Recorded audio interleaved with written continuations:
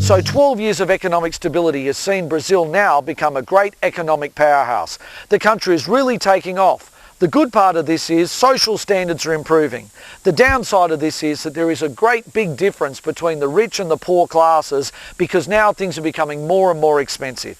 Let's get back, speak to some of the people of Brazil and see what it's like when we appear on O Globo, the #1 television station in Brazil, to talk about the pacification of the police of the favelas when they take it back from the drug lords and see what happens. They storm the favelas with tanks, helicopters, planes, you name it, and I was there in the middle of it for you, our audience, here on Jason's Journeys. So let's see what happens.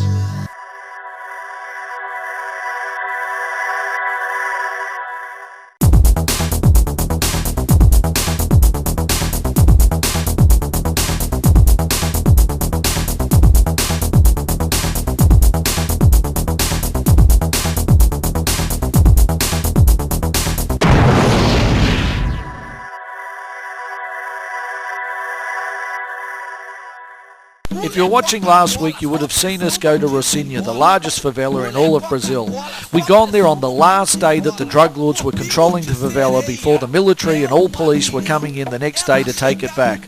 The reason for this was because they've got the World Cup in 2014, the Olympics 2016, and they wanted to regain control of these areas. So we went to the last Bali Funky, a nightclub dance type party thing run by the drug lords, and we were there until the wee hours of the morning.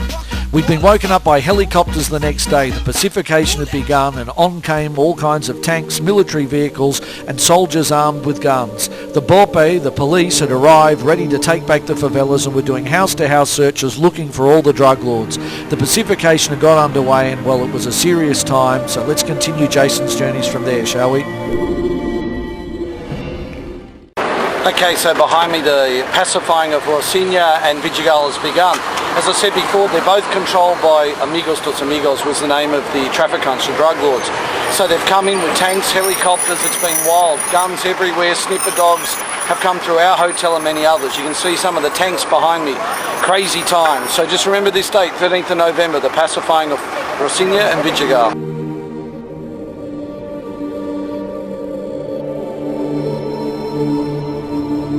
History will record that on November the 13th, 2011, that the police occupied both Rocinha and Vidigal to take over from the drug lords and pacify both favelas.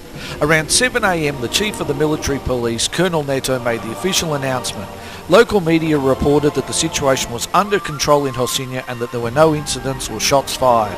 This was true. Most of the drug lords, as I say, had left, so there was very little crossfire that went on the day in question, which was a good thing.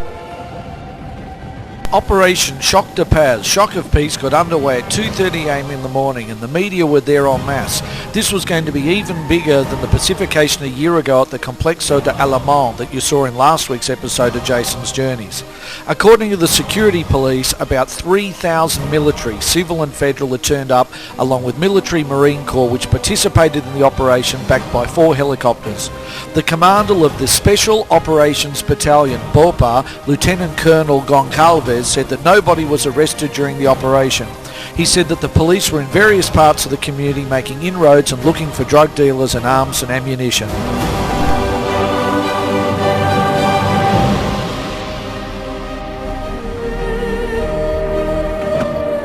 I wouldn't like to be a police officer on the streets of Rio de Janeiro, let alone one of the BOPA police going through a favela with guns aimed at you left, right and centre. Unfortunately, the police in Brazil are very underpaid, and because of this there's a high level of corruption. As part of the pacification, it was reported by O Globo that drug traffickers had negotiated a payment of $1 million to be escorted out of the favela safely when they were intercepted by use of wiretap. Police also received a tip-off that Rocinha's chief drug lord, Antonio Lopez, known as Neng, would be attempting to escape from the slum under an illegal police escort paid through bribe during the night. So roadblocks were established everywhere and they searched every vehicle coming in and out.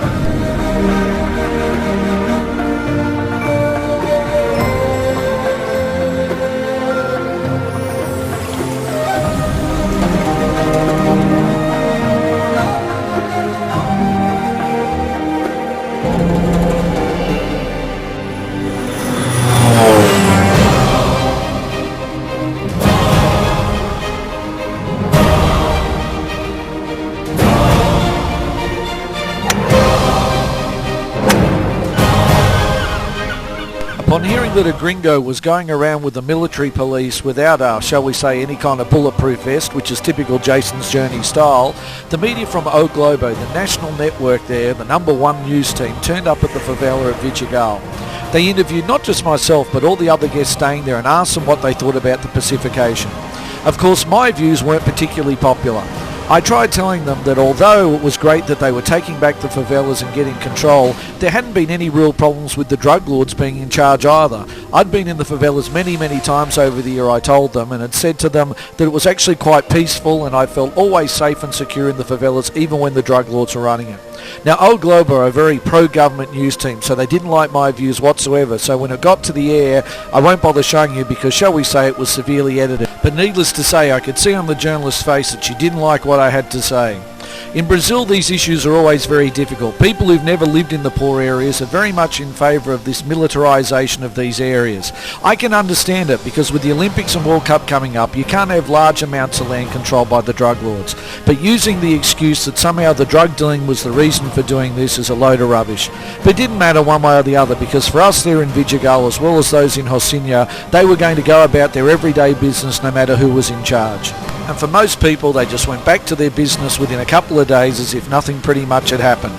The only difference was now the police were in charge instead of the drug lords. And sometimes you can question that because, believe me, in Brazil, the police, they're very corrupt. So you don't know who you're dealing with, and I, for one, don't trust the police in Brazil, I'm sorry to tell you.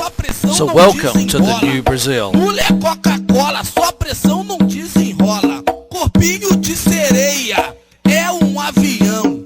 Ela chega no baile dando maior condição. Fico todo empolgado pra formar com filezinho. Só fica de neurose e não sai nenhum beijinho. Mulher Coca-Cola, só pressão não desenrola.